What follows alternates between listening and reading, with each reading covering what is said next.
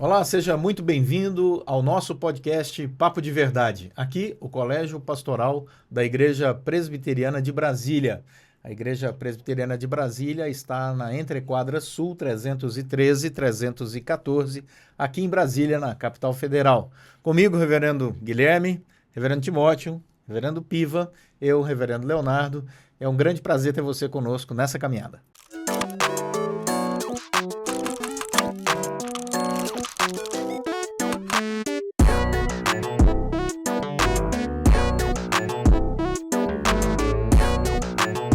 Hoje o nosso tema é um tema muito delicado. Perdoar quando a ferida veio da igreja. É um tema corajoso.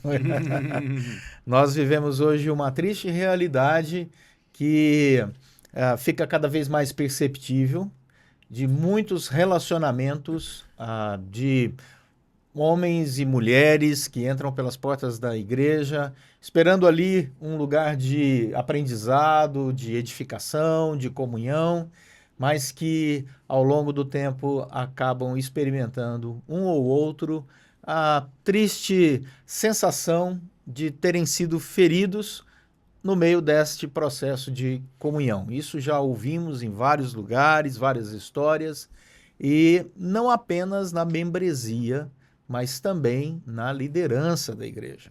E esse é o nosso tema, e eu quero já começar aqui com o reverendo Guilherme nesse tema. Como é que nós poderíamos ajudar aqueles que nos ouvem a pensar sobre essa necessidade de separar as falhas das pessoas da sua relação e crença no Senhor? Não fazer essa ligação direta, reverendo Guilherme. Eu vejo, queridos também que nos acompanham, e como o reverendo Leonardo coloca, é um tema interessante, intrigante, de fato, por vezes, para alguns, pode ser... pode falar muito ao coração, porque pode ter gente realmente nos acompanhando e que tenha, de alguma forma, sido aí ferido com algum tipo de relacionamento, com alguma questão especificamente na igreja, mas... No primeiro momento, é bom a gente entender e sempre lembrar que a igreja é um lugar de pecadores. A igreja ela vai ser um lugar ali, tem muitas pessoas que usam até aquela ilustração de um hospital, pessoas que chegam ali feridas, pessoas que chegam machucadas, pessoas que de alguma maneira precisam também serem ali curadas, acompanhadas, assistidas, e a gente sabe quem é o médico dos médicos, que é o nosso Senhor Jesus. Mas estamos todos nos chegando ali àquele ambiente para, de fato, tratarmos a nossa alma, tratarmos o nosso coração. E dentro dessa realidade, vamos, sem dúvida nenhuma, encontrar pessoas ali, de fato, feridas, machucadas, e que, por vezes, elas vão trazer essa realidade para aqueles que os cercam. Então, por mais que por vezes nós nos cheguemos à igreja, como a gente fala, desarmados, no sentido de que aqui a gente pode conversar abertamente sobre Cristo, sobre a sua obra redentora, sobre a salvação. A gente tem que entender que estamos todos também na mesma condição caída, pecadores, e que todos nós carecemos da graça, do cuidado, do amor do nosso Senhor Jesus. Piva, você acredita que existe uma super expectativa, principalmente das pessoas que começam, né, a frequentar a igreja? Nós, pela nossa experiência pastoral, já percebemos que a pessoa, quando começa a sua caminhada, ela encontra um ambiente tão amável, né, tão gostoso, carinhoso, e muitas vezes abrem o coração para pessoas que não conhecem tanto, né? Você acha que isso favorece essa a possível decepção nos relacionamentos intereclesiásticos? Sim, com certeza. Nós sempre nos frustramos na exata medida da nossa expectativa. E é muito comum quem está vindo recém-convertido, entrando para a igreja, ele sente a diferença, o contraste que tem das outras instituições nesse mundo, então ele tende, embora ele jamais vá falar isso, e até se perguntar ele não vai responder assim, mas no fundo ele crê que ali é quase perfeito, por causa desse contraste inicial. Então eu creio que é muito interessante a pessoa ficar conscientizada, não é se pode haver algum problema, a questão é quando vai ter algum problema, porque terá. Então, se ela se ver como pecadora, ainda miserável e em transformação, santificação por Cristo, ela vai ter uma visão mais realista dos seus irmãos ali presentes. Se ela tanto carece, ela precisa ver que os outros também. Se os outros falham, ela também pode vir a falhar. Então, eu creio que, colocando essa expectativa bíblica nessa perspectiva, pode haver frustrações, ainda assim, mas elas serão menores, menos frequentes e certamente mais tratáveis. E aí, Timóteo, pensando nessa decepção, não é, que acontece muitas vezes nos relacionamentos, isso influencia também a maneira como a pessoa vê a própria divindade, ou seja, ela se decepciona com pessoas, automaticamente começa a se decepcionar com a instituição. Você acha que isso pode evoluir para uma decepção também na relação do indivíduo com Deus? Com certeza, com certeza. Acho que talvez por uma falta de maturidade, uma falta de compreensão, a pessoa que está ali, uma recém-chegada, ou até uma pessoa de longa data na igreja, e ela se frustra com a liderança, aquela liderança quem é? É uma liderança que está ali para representar, para ensinar, para falar sobre Deus, sobre a divindade, sobre a teologia, sobre as doutrinas. E quando ela olha para aquela liderança e se frustra com ela e vê alguém ali que a feriu, a que machucou, que a traiu de alguma forma, aquilo vai estar associado ao próprio Deus, né? Então ela começa a manchar a imagem de Deus por conta do pecado daquela pessoa que representa Deus. O que deveria ser o contrário. Eu olho para Deus e vejo um Deus santo e puro e vejo Deus santificando aquela pessoa, aquela liderança. Aquela pessoa que está ali à frente, mesmo que ela tenha errado, mesmo que ela tenha falhado, mesmo que ela tenha em algum momento ali ido contra o princípio bíblico, né? E a grande dificuldade é saber diferenciar. Foi um erro, mas isso não afeta quem Deus é. Isso não afeta aquilo que Deus fez por mim, aquilo que Ele ainda vai fazer por mim. E realmente é uma dificuldade. É interessante porque a pessoa que se coloca como juíza de outros, via de regra, ela tem uma super autoestima, ela acha que é o centro da razão, né? Via de regra, né?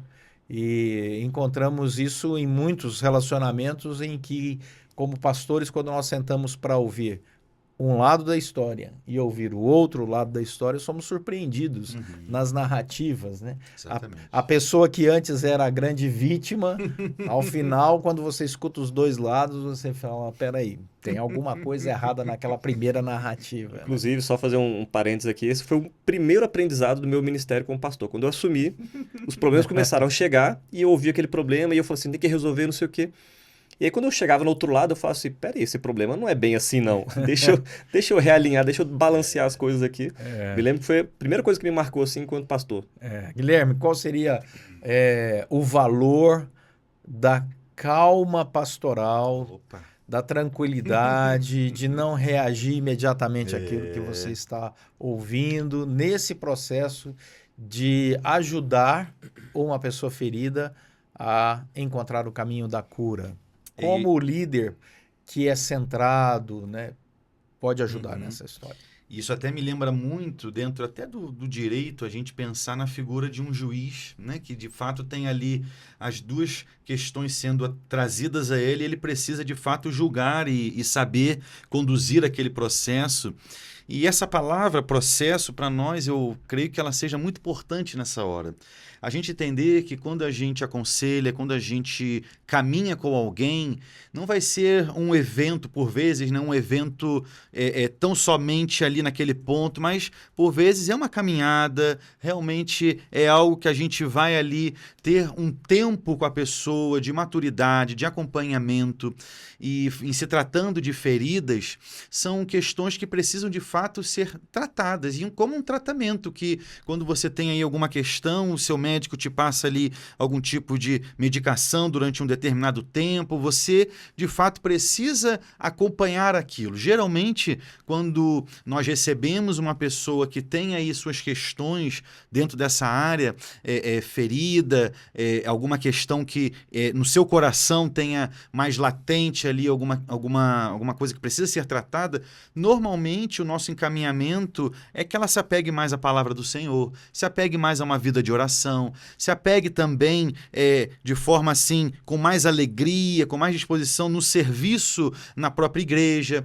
Mas sem dúvida nenhuma, e dependendo muito do que foi ali, aconteceu com aquela pessoa, a pessoa por vezes ela vai ter certos receios. E me lembrou muito aquele movimento que nós temos aí, que não é bíblico, dos desigrejados.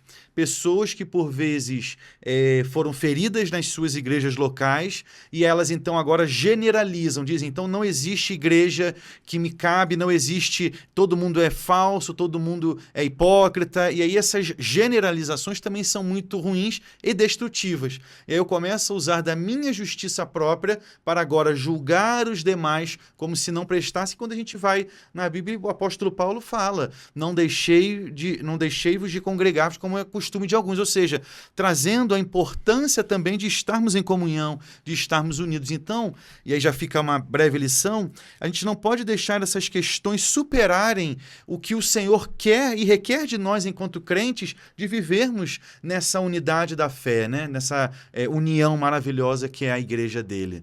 Exato. E a pergunta que encontramos em muitos corações: será que existe uma igreja saudável? Será que existe uma igreja onde eu possa frequentar e não ter esse tipo de mágoa? Infelizmente, se nós formos responder de maneira muito sincera, nós vamos, sim, em todos os relacionamentos, sofrermos um pouco de decepção aqui e acolá. Obviamente que existem graus de decepção, né? Uhum. E quando nós entendemos isso, que isso faz parte até do processo de maturidade cristã, ou seja, o indivíduo que vai frequentar uma comunidade diz: eu sou pecador, o outro é pecador, eu tenho falhas, o outro tem falhas, eu devo perdoar porque também o outro me perdoa. Uhum. Aí encontramos um coração que está sendo tratado e amadurecido pela obra do Espírito Santo. E sem dúvida, os nossos ouvintes devem também caminhar nesse sentido, dessa reflexão, porque isso é bíblico. Perdoar e ser perdoado é uma relação muito bonita na vida cristã. Uhum. Agora, obviamente, existem igrejas mais saudáveis e existem igrejas menos saudáveis. Existem igrejas que a sua teologia é tão ruim que eles geram no coração do indivíduo expectativas que jamais poderão ser alcançadas. E aí, Piva, a linha de raciocínio dessas igrejas e sua teologia caminham muitas vezes para contribuir com essa decepção. Então, a expectativa, linha de raciocínio, da liderança com relação à membresia está tão distante de uma boa teologia que a sua má teologia gera esse tipo de mágoa. De fato. Eu creio que o que nós podemos chamar de uma igreja saudável nessa vida terrena, onde ainda falhamos, não é uma igreja infalível, mas é onde se vê a obra do Espírito Santo, em que vai haver o erro, mas há também o arrependimento e o perdão. Aí está a saúde. É mais ou menos como que um exercício mesmo. Você faz uma caminhada, você fica um pouco sem ar, você fica cansado, tal, é um pouco fora do seu normal, sentado e parado. Mas depois você recupera aquilo, o seu corpo se refaz. Então eu entendo que é isso. Não podemos confundir uma igreja saudável com uma igreja infalível. Essa é a santa que só será no céu. Aqui a saudável o que é? A que erra, confessa e pede perdão. O que é uma igreja não saudável? Uma igreja que tem uma teologia que não leva a isso.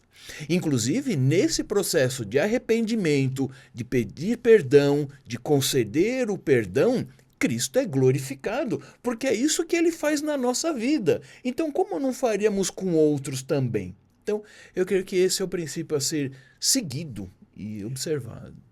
Timóteo, capítulo 18 de Mateus, diz que se você tem problema com algum irmão, você deve procurá-lo diretamente. O Senhor Jesus nos ensinou isso. Se não funcionar, você deve chamar um dos líderes da igreja para sentar ali com aquele irmão, aquela pessoa e tratar a questão. Se não funcionar, aí você leva à igreja, Uhum. no caso a igreja presbiteriana, por ser um governo representativo, seria o conselho da Uhum. igreja.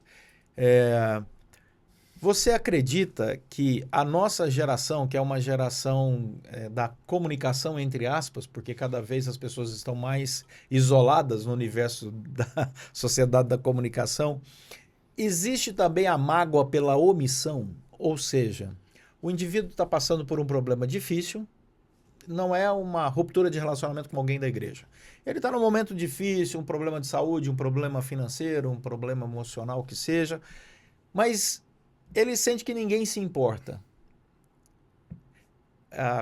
Como ajudar uma pessoa nessa situação que sente que os outros omitiram esse apoio para ele e que, em muitos casos, ele sequer se abriu com alguém? Aí é decisivo. Aí é outra. decisivo. Então são duas áreas. Ou seja, alguém que abriu o coração para alguém e ninguém socorreu, e o outro que é tão ensimesmado nessa sociedade, né, que nós vivemos, que cobra os relacionamentos e atenção quando ele mesmo jamais Uhum. buscou dar atenção para outras pessoas. Quando ele estava bem, as pessoas estavam Isso. em situações Eu acho que difíceis. nesse primeiro cenário que você levantou, da pessoa que se abriu para alguém, falou: estou precisando de apoio, estou precisando de ajuda, quem sabe uma oração, um momento ali juntos para um aconselhamento e tal, e aquela pessoa não dá o apoio, não dá o suporte, aí a gente percebe que a negligência está na outra parte, que sabe o que deve ser feito e não faz, né?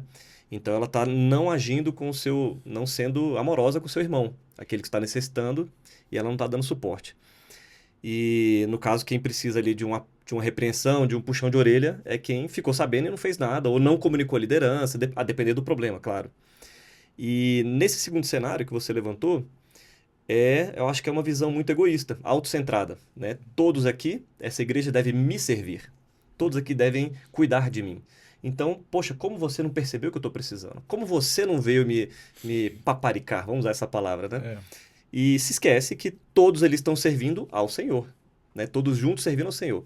É claro que a comunidade da igreja, ela deve ser uma comunidade de suporte mútuo, né? As pessoas se ajudando, se amando, se cuidando, até como forma de demonstrar o amor do Senhor. E, às vezes, essa comunidade, ela não ajuda porque ela nem sabe que precisa ajudar. Se a pessoa não falou, enfim, não tem muito... nós não somos videntes. Claro que já a gente pode também pensar que o Espírito Santo pode direcionar, e ele faz isso, as pessoas vão, enfim... Mas ficar colocando a expectativa no outro, de algo que ela não falou, não comunicou, não faz o menor sentido, né? E aí vamos para a cura. É isso aí. Reverendo Guilherme, quais são os sinais de que a ferida da igreja se transformou em amargura e como o perdão pode atuar como um agente de libertação espiritual, pessoal na vida dessa pessoa que está ferida? Pois é muito nítido quando uma pessoa ela está de fato ferida, magoada, ela está ali com alguma questão, normalmente há um afastamento das coisas do Senhor. A pessoa geralmente ela para ali um tempo e naturalmente, se ela não para totalmente de orar, as orações dela cada vez mais são orações assim mais curtas, por vezes são orações que vão girar geralmente em torno daquele mesmo assunto. É um coração que muitas vezes ele tem dificuldade de ser um coração que demonstra o contentamento e geralmente a pessoa ela fica ali por vezes remoendo problemas, questões, muitas vezes também é uma pessoa que vai reclamar demais das questões da vida. E não se engane, se a gente for buscar, eu sempre vou encontrar de fato coisas para reclamar. É o trânsito, é o sol que está muito quente, é o tempo que está muito frio. Sempre vai ter alguma coisa na minha família, na igreja, onde for, porque, como já falamos, estamos com pessoas imperfeitas, nós, inclusive, somos também assim como todos os outros, e vamos ter sempre. Mas o crente é aquele que vai olhar para as coisas e vai louvar ao Senhor pela sua salvação, louvar ao Senhor pela sua família da fé, naturalmente, pelo ambiente que o Senhor muitas vezes o colocou em termos de trabalho, em termos de família, enfim, são questões que a pessoa que está ferida ela vai se distanciando disso tudo e demonstrando nitidamente um coração muitas vezes voltado para si e ali perigosamente é um coração que pode começar a ter um rancor, por vezes uma amargura, e existem já estudos que mostram como muitas vezes uma ferida no âmbito espiritual, emocional, vai muitas vezes repercutir na questão física mesmo. Doenças que infelizmente se achegam na pessoa, advindas de uma questão ali que foi de alguma maneira sendo ali cultivada naquele coração por muitas vezes até anos. A gente que acompanha, a gente sabe, infelizmente, casais e outros relacionamentos, pais e filhos, enfim, que ficam muitas vezes anos aquele distanciamento e, por vezes, vão ali gerar algum tipo de doença, até mesmo física. Então, a nossa palavra aqui, que nos acompanhe, entenda que você não caminha sozinho. E ser igreja é isso. Nós não caminhamos sozinhos e o Senhor também não nos chamou para isso.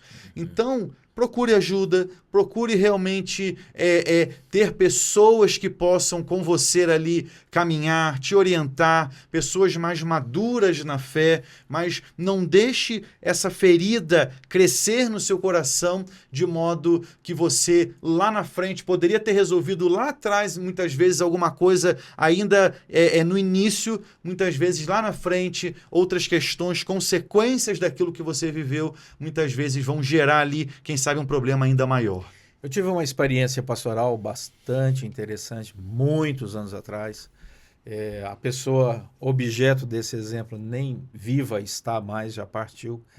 Mas era uma pessoa, não vou nem dizer se era homem ou mulher, muito menos o nome, muito menos a cidade. Ela já partiu, mas só para você ter uma segurança do cuidado que eu tenho com o segredo do coração das pessoas. Há muitos anos atrás, essa pessoa... eu observava que ela na igreja era uma pessoa que estava sempre com um rosto fechado. Mesmo nos momentos em que a comunidade toda celebrava, estava alegre, essa pessoa continuava com a face muito fechada. E um belo dia, esta pessoa marcou um horário e entrou no meu gabinete para conversar. Ela falou sozinha, essa pessoa, por 4 horas e meia. Nossa. Aí você vai dizer, você permite que todo mundo fale por 4 horas e meia? Nesse caso específico, eu permiti porque nos primeiros 10 minutos ela disse assim, eu estou já idosa, e era uma pessoa já bastante idosa, e nunca conversei com ninguém sobre o que eu vou conversar com o senhor. Eu trago uma mágoa no coração há 60 anos. Que isso. Nunca falei para ninguém. Olha. Mas eu vim falar com o senhor. 60 anos de mágoa. Nossa. E essa pessoa abriu o seu coração. E eu ouvi atentamente. Eu não falei foi, por 4 horas e meia. Essa pessoa falou, e ao final de 4 horas e meia, oramos, essa pessoa chorou copiosamente. 2 dias depois, era o domingo, esta pessoa entrou na igreja com uma mudança na face. Olha. Sorria, abraçava os outros, conversava e se tornou extremamente simpática por anos e anos até partir. Como aquela experiência marcou a minha vida pastoral. Você perceber um processo real de libertação, como o Espírito Santo foi convencendo aquela pessoa a partir da exposição da palavra, e me senti, de certa forma, grato diante de Deus por ter sido um instrumento, né, que Deus usou para que ela pudesse confiar e abrir o coração. Tanto é que até hoje, essa pessoa já partiu há muitos e muitos anos. Se é homem, mulher, de que cidade, de que nome, esquece. Jamais vai sair dos meus lábios. Isto é a parte terapêutica de uma igreja que muitas pessoas não têm a menor noção. E que, obviamente, esse é um caso extremo, mas em menor grau, experimentamos semanalmente, né, em nossos gabinetes. E daí, aqueles que criticam uma comunidade de fé saudável, aqueles que se distanciam, como o reverendo Guilherme falou, os desigrejados, na verdade, precisam repensar seus conceitos à luz daquilo que a própria Escritura Sagrada diz, que nos nossos relacionamentos nós amadurecemos. Um ajuda o outro. Quando Paulo escrevendo, ele diz, né, que nós devemos aconselhar mutuamente, devemos orar uns pelos outros e assim amadurecermos juntos na caminhada cristã. O caminho do isolacionismo é extremamente depreciativo para a sua relação espiritual, assim também como a maquiagem, esconder os seus sentimentos no lugar aonde você deveria encontrar, não com todas as pessoas, obviamente, mas pelo menos com aquelas pessoas que você sabe que podem te ajudar nessa caminhada de cura. E aí, reverendo Piva, fica a grande manchete do jornal, né? Igreja é comunidade terapêutica? Pesquisa em Brasília para o mundo. O que você poderia nos dizer, Piva? Sabemos que não é apenas isso, mas... Isso, exatamente. Sim, ela é uma comunidade terapêutica, mas não primeiramente terapêutica. É que ela busca santificação e proximidade de Deus como consequência, subproduto, ela será terapêutica. E a partir da sua última fala, eu acho que fica uma mensagem para quem nos ouve. Não é dê uma chance para o seu pastor. É se dê uma chance e procure o seu pastor.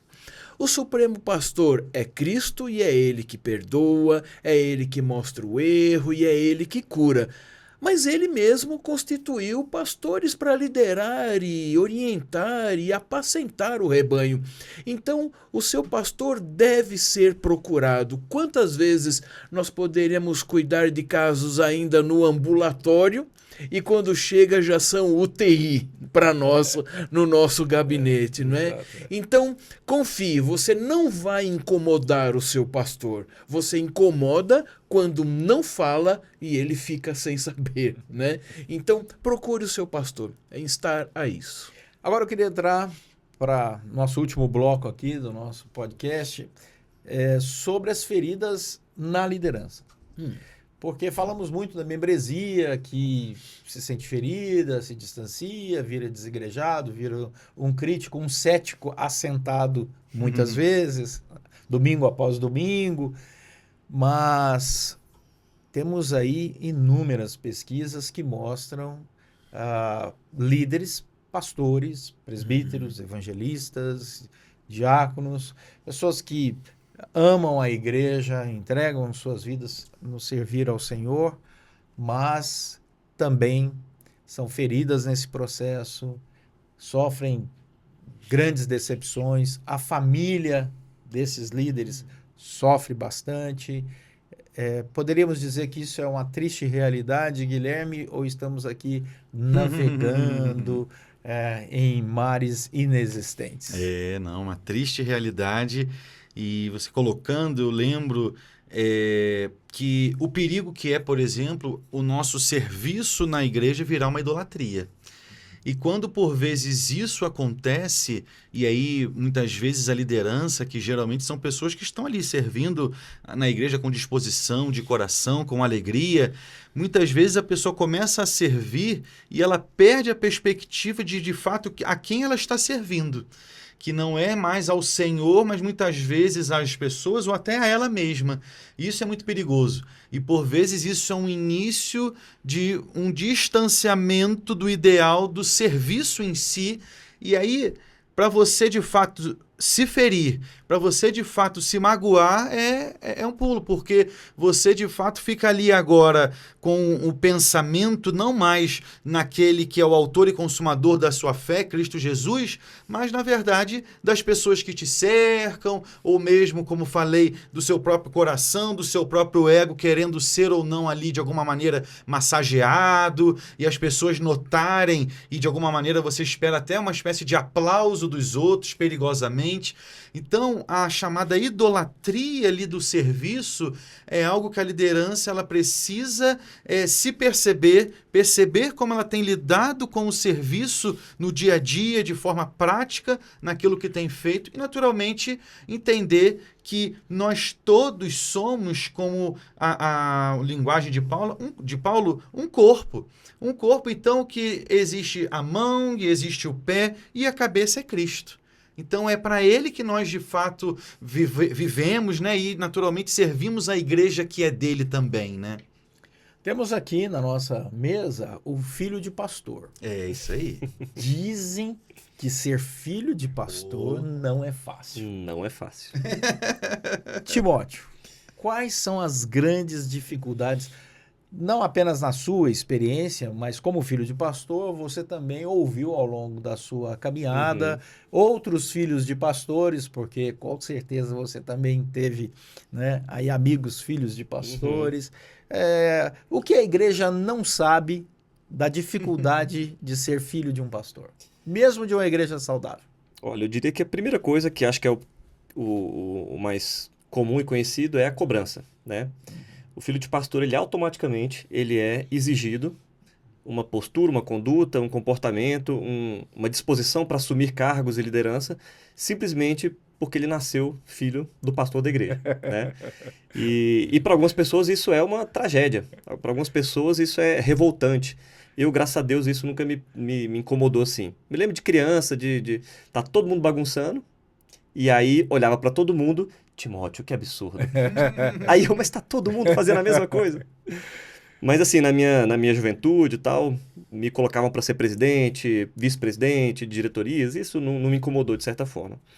Mas recentemente eu li uma pesquisa que falava justamente sobre isso, e ele associava muito o relacionamento do pai, daquele filho do pastor com o próprio pai, e a permanência da pessoa na igreja. E ela fazia um cruzamento de dados, eu achei muito interessante, que quanto melhor o relacionamento com o pai, mais chance, mais probabilidade de você permanecer na igreja.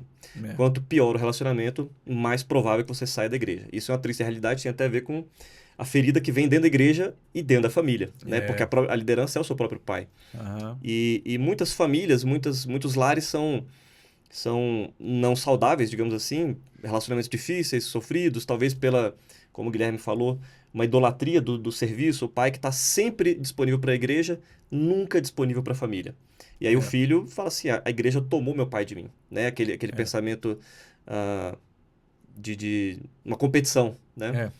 E esse relacionamento, quando ele não é saudável, quando ele não é construído, não é ponderado, pode vir a ser trágico nessa forma, né? Desse sentido, da pessoa não querer mais amar a igreja, estar na igreja, simplesmente porque o pai não deu a atenção que deveria, não deu a educação que deveria, não teve ali o caminhar junto, né? Que o cuidado com a família é prioritário antes da família, antes da igreja, né? Piva, algumas dicas para líderes que estão nos ouvindo e foram feridos ao longo da sua caminhada, pastores, outros líderes. Como os líderes podem experimentar esse processo de cura, de perdão, a partir do momento em que a própria igreja fere sua liderança? Se você estivesse aqui com pastores e líderes feridos, qual seria a sua dica para eles? Eu entendo que deve começar a pensar que a igreja é seu irmão, são seus irmãos. Então eles não são necessariamente uma outra categoria que não deveriam fazer aquilo. Porque talvez até pensássemos o inverso, né? Se a membresia é ferida pela liderança, a liderança também pode ser ferida pela membresia, inclusive porque ela é em maior número, né? Então a chance estatisticamente até é maior, né? Então eu acho que a primeira coisa, muito embora a liderança sinta e se ressinta mais, porque ela está em evidência, ela se doa mais, pode haver uma expectativa de uma recompensa maior também. Mas se ela ver a membresia como seus irmãos, como seus iguais, só isso eu acho que já normaliza bastante. Eles falharam com você, você também falhou com eles. Primeira coisa. E segunda, é olhar para o pastor de todos. Ele perdoou você, ele perdoou os da membresia, então você também deve perdoar. Como para dar o exemplo e sanar o seu próprio coração. Até porque é impossível liderar bem se o seu próprio coração não estiver sanado. É isso aí. Muito bem, esse foi o nosso Papo de Verdade. E é uma alegria estar com você nessa caminhada e esperamos você no nosso próximo episódio. Um abraço, Deus te abençoe.